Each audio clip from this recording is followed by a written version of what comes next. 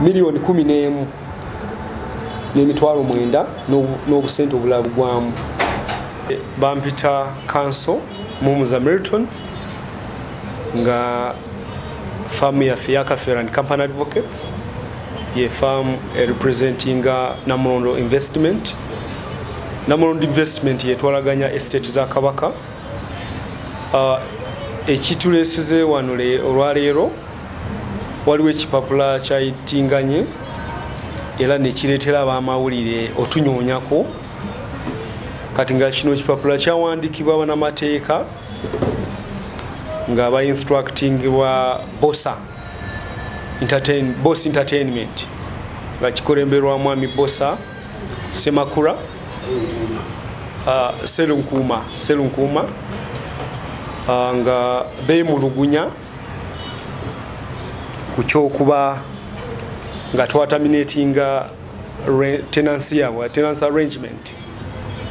Yes, kitufu nti twalina arrangement ne Bossa Entertainment nga bapangisako ku kimu ekizimbe kya Muganzi Waza Estate ezimu eza Kingdom. Kati ekipapula ekyo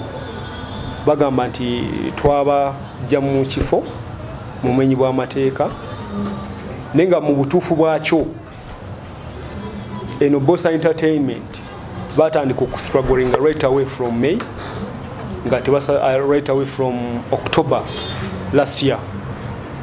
221 nga tebasobola kusasula rent mu budde ekifo. There was noise pollution, bateeka bu structures obuli unwanted ku kizimbe ate nga kino kizimbe nga mwe mukiraba kiyonjo kinakuba tenants abalala.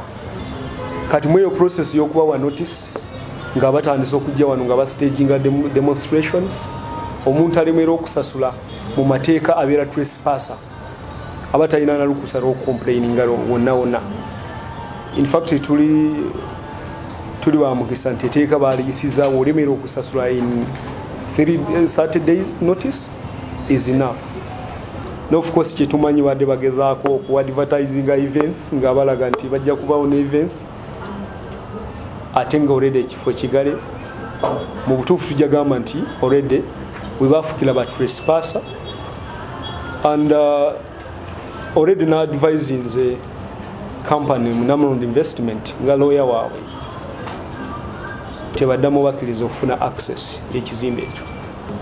Bastrugglinga n'okusasula rent, enkya bagaddewo, tomorrow baguddewo, kati olunaku lwe lwagulawo nga tulaba ti tukooye obawa notices ate nga tebacomplyinga already ba trespasser twongerako enkufulo yaffe nga waliko neyaabwe ne bajja ne beegayirira nti munaye twagala kujjamu ebintu. Security ne bagulirawo weyabagulirawo ne bagenda ku kizimbe nabo ne bagula enkufulo yaabwe ne batandika ne badeeta press conference ne bagamba nti tusanze ebintu byaffe babibye bino cameras biki ezo tricks tuzimanyi. Those are all the tricks ezaba tenants nga bagala framing aba landlord ko landlord akubanja. Ezo tricks zonna tuzimanyi. So ku kino twagadde okutangazaamu tobo bulimba tewina okusigala nga bugenda mu maaso. Tumanyi nti eno company ya Namulondo eina record enungi okwandulinga estate za Kabaka. Kyemanyi nti tebasobola tumalininga, they will never malign the company. Already tutangazize eggwanga claims zabo teziriyo at all. It is true, nobo ogenda zino sawo sanga nga bagale ate kuva bwe batandika okukola demonstrations be balina access enkufulu yawe yekyaliwo.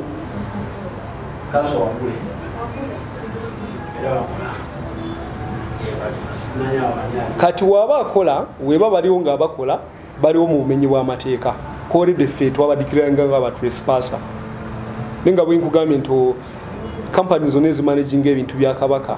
biteekamu enono ya Kabaka nti enono obwakabaka bubeera n'ekisa ku bantu bakyo. So weba bakola tetulina buzibu nakyo naye nga batrespasser as we stands okubeerako kwabwe tetukumanyi. Era we bayingirawo ne baleeta press conference ne bagamba nti bababye kati stories awo n'okufabricating emisango ne butandikira awo nenga it was a trick that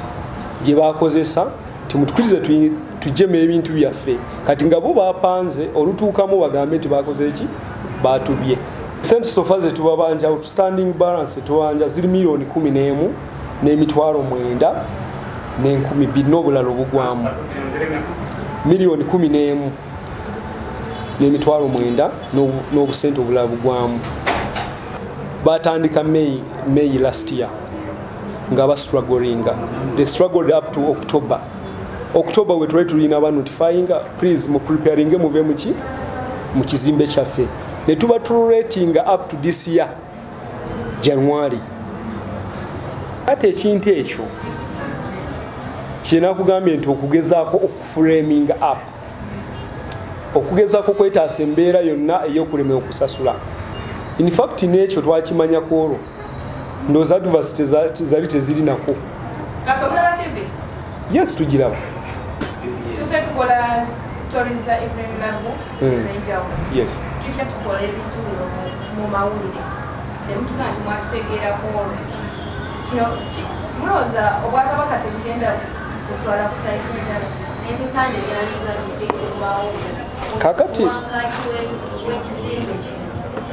erinnya ery'obwakabaka lizimbirwa nnyo ebbanga ddene ate n'abakimanyi bakimanyi okuswala tewali kuswala okuliwo kuba kino kintu kyakolebwa abantu abagala kwonoona erinnya lya Namulondo investment n'okwagala byenfuna n'okwagala obutasasula rent bwe beetonze tetuli bantu abakiipinga ekintu ku mutima bwe beetonze tusobola basonyiwa naawe waawe ne tukiriziganya ne basigalawo ntagana ya tenant ne landlord ebeerawo nga Evelyn Lagu ye kenyine personal tetumwinako grudge naye issue yaffe eri ne bano abatagala kusasula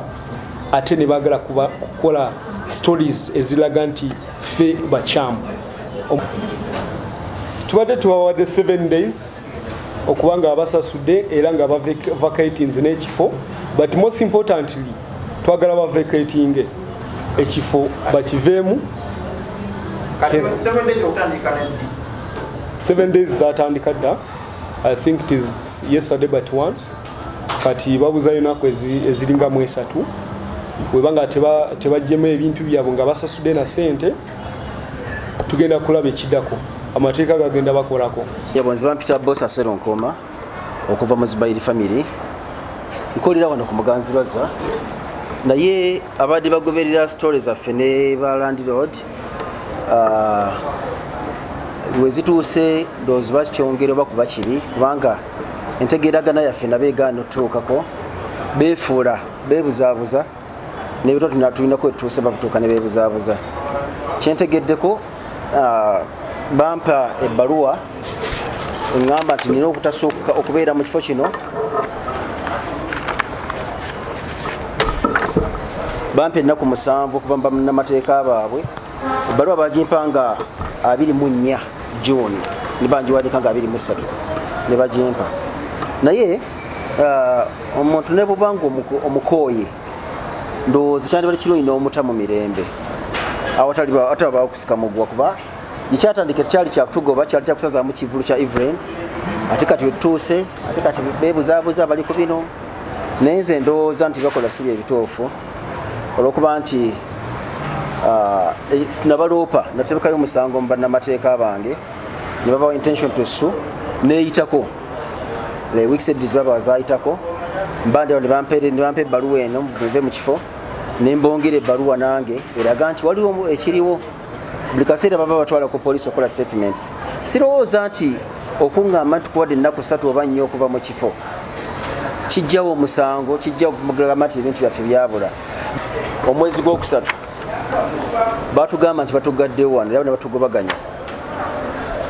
ne batugamba naye mpozi kyetusobola okukola mukole payment plan ey'obukadde obwo 8 bwe tubabanja ffe twakola yabukadde 10 kwa twatwala kusasulira mu gwokusatu n'ogwokuna okola nti ebbanja eryo liggwayo bwe tumala ozisasula ne batugamba nti ate twabala bubi twetaagayo obukadde obulala 8 twabala bubi amangu ddala ne mbawandiika ennaku z'omwezi 27 era ogwokuna ne mbagamba mugamba mutya nti mwabala bubi nga tumaze okkiriyalenga ssente zammwe ze mutubanja zonna ate mugamba nti mwabala bubi kati awo bajja kwe basinziira okwo ne basazaamu ekivulu kya Evelyn tulina kumala bawa ssente ne batugamba tulina okusooka okusaba olukusa nga tugenda tuteekawo ekivulu bo tebakimanyi ne batandikira okuva olwo nange saasirika ensonga lwaki bino byonna bigenda mu maaso okutuggulirawo wano twasange olukufu lyaffe erodemu mmenye nga ne ofiisi yaffe bagiggulawo ne bajjamu zi hard disk ne bajjamu ne cameras ne computers kati ensonga eba esusse we tugisuubira kubanga mu kugulawo bayita LC gye bayita yaliwo ne baggulawo bwe byatuukawo ko LC balina ate kino kisusse kino kya poliisi si kyaffe nalina okugenda ku poliisi njogera ensonga zange bwe nagenda ku poliisi ne bajja ne bababuuza kuba baali batuwadde tubeyazeeko bwenyini abannamulondo twabeyazibakoko obutebe 15 okwongereza ku zaffe ze twalina kati bwe tumala tubeyazikako kuba twava no saa 6 ku makya ne baggalawo twali 6 gwakiro ku makya ne baggalawo bwe baggalawo ffe tugenda okujja ku makya enkeera manya kutugenda okujja after 17 days ze bamala nga baggaddewo ng'entebe zaabwe bazijjamu ne bazitwala ne tubabuuza kyejja kitya mutubuulirwa kiri ekiti nedda kakati ebintu tubimanyiiko ogenda okazaakaza omulenzi ng'oledde entebe yajja n'azijjamu ba asikaali bamuggulira abantu bonna poliisi ne bakwata era baasula ku poliisi ennaku eziwera 2 nga bali ku nsonga eyo oluvannyuma ne bawa bondi ne bavaayo hard disk nnya tetuzirabako mulimu waaka waffe kwaffe tuli bantu ba work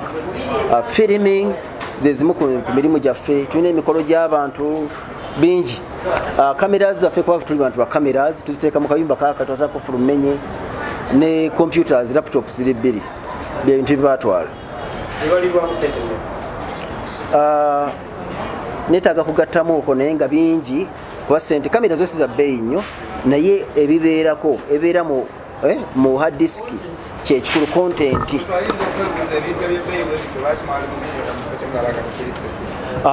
ekifo kino twajja wano 2016 mu kujja no 2016 tebatubbangako ekyaffe tulina security yaffe kubanga tulina abaana abasula wano bali 5 abalongoosa abafumba emmere kuba tulina restaurant kati ekifo kyaffe tukyesiga ffe tebatubbangako wano kubanga abaana babeerawo abakuuma naye kasita bajja ne babafulumya ne bamala ennaku 17 nga waggale be balina control y'ekifo awo we batubbira naye nga ebbanga lyonna tebatubbangako ogamba nti mmanja ku milioni 11 mu kusooka yagamba zaali 8 nezikuza paka mu 11 simanyi lwaki bakibala bwe batyo bo bennyini bebaŋŋamba ntisasula kola payment plan ya ssente obukadde 8 nze nakola ya 10 kubanga njala tuteekamu n'ogwokuna era nenzibawa mala okuzibawo zempapula zino zembalaze mala okuzibawo ne baŋŋamba twabala bubi tukubanja milioni zendala 8 omuwala mu mitale kyeyakyogera nakidda mu maaso ga mukama we omukyala Kaddu lwaki baagala neetonde nkoze eki kati siina linnya linali mbonoonedde kati ani yanzigalira nga Namulondo yanzigalira wani aba yanzigalirawo bwanga babadde bakuuma ekifo kino okumala ennaku 17 olwo ŋŋambe nti ani abadde akikuuma bwe nga liwo ebintu ebibuze ŋŋambe nti ani abibaddeko n'obuvunaanyizibwa kati simanyi baagala lwaki baagala neetonde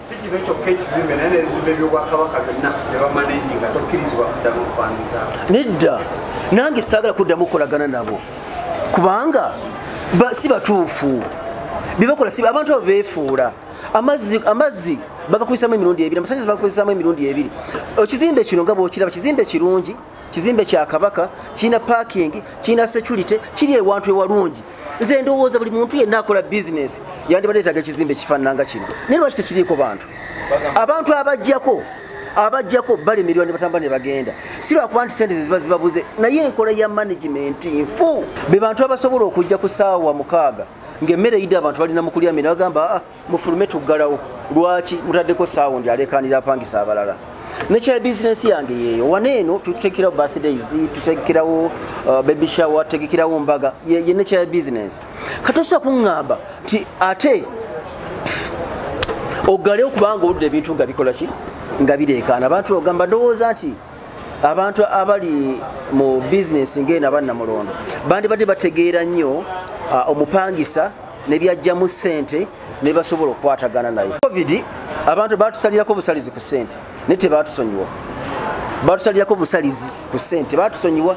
era se netusasula ze batugamba naye ekyo nga kiwedde ekyokusasula obubi kisoboka naye kitegeeza nti omuntu bya tosasudde bwe mba nga mbadde okuva 2019 okuva 2016 mbaddewo nga era nsasula sibeera kutali mwezi nagumu gwe nali maze nga sasudde nze sigenda kuvaawo wano lwa nsonga zino wammanga basazaamu ekivulu kya Evelyn ne tubaloopa balina okusasula sente zaakyo twabasaba bukadde 10 ebintu byaffe ne bibula sisobola kuvaawo mu kifo kino oba bajja kunkola ki bajje ekyo nabakikole ensonga ziri ku poliisi era mbatwala mu kooti abantu abo nti baali bammanja kubanga baŋŋamba mu gwakusatu nga 4 tizubayi tukubanja $8,000,000 nkugambye nensasula wakati w'ogwokusatu n'ogwokuna tegunnaggwako nenzibawa n'essaawa ya leero tulina receipts eziraga nti nabawa ssente ne mu gwokuna kati ate bo bennyini abantu abo mukusooka tutasasula mu banka naye banka zalemererwa ndooza lwa parking ne zigenda banka zombi ezaaliko bwe zimala okulemererwa ne batugamba sente muzituwenga mu cash omukulu ambuuza nti owulira otya ng'olwanagana n'obwakabaka ng'ate ndi muganda ekisookera ddala silwanagana bwakabaka nwanirira ddembe lyange mu kitongole ekimu eky'obwakabaka nwanirira ddembe lyange